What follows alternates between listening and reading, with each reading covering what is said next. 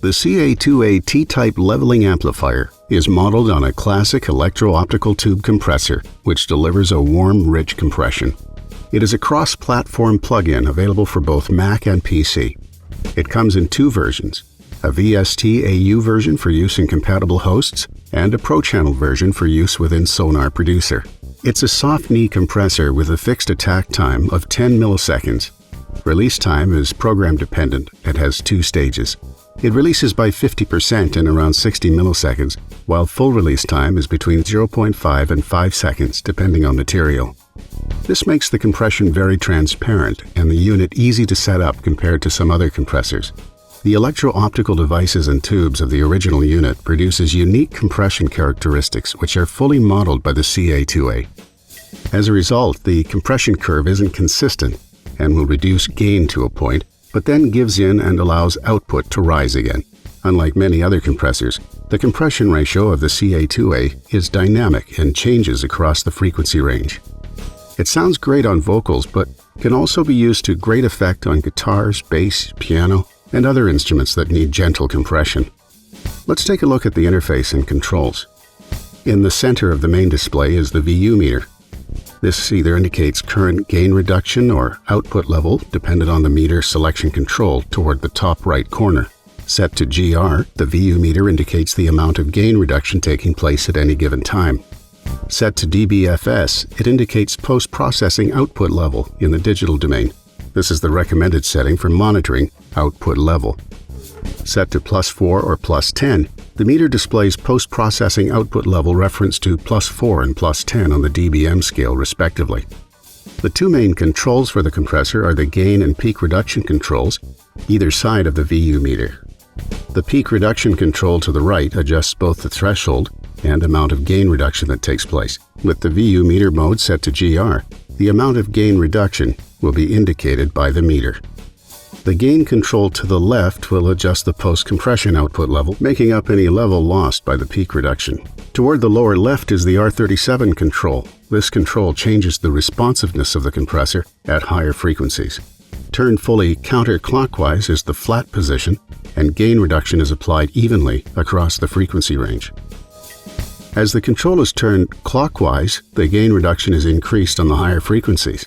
Experiment to find a good balance suitable for the material being processed, but this control can help to de-ess sibilance on vocals by increasing compression on the higher frequencies. Just to the left of the R37 control is the compress limit switch.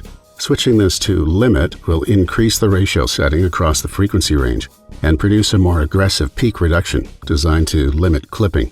Across to the far right is the power switch, which can be used to bypass the compressor. At the top right on the rack ear graphic is a button that reveals a drop-down options menu. The first choice is the photocell mode setting, either classic or fast reset. Classic mode emulates the original unit's behavior. Although the envelope time is fixed, the photocell controlling it becomes quicker to respond as more peaks are detected, which in turn makes envelope time snappier. As peaks become fewer, the envelope times are more sluggish. Longer periods of silence can result in a pop as the photocell suddenly wakes up when a transient peak is detected. Fast reset will stop the pop from happening. The external sidechain option, when checked, will use the signal present at the sidechain input to trigger the compressor. Consult your host's documentation for how to assign a signal to the sidechain input. Although the sidechain input isn't present on the original unit, it is a very helpful addition to have.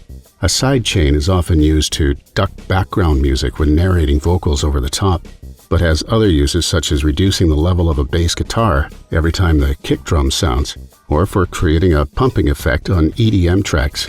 To use the sidechain, put the CA-2A on the audio you wish to affect, and then key the signal from the track you want to control the compressor with, either via the track's output or a send inserted on the track.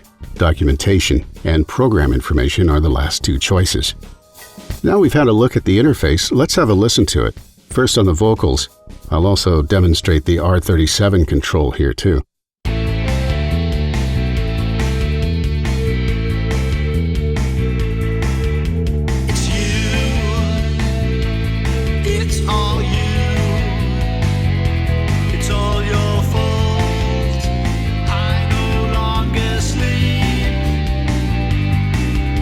It's you.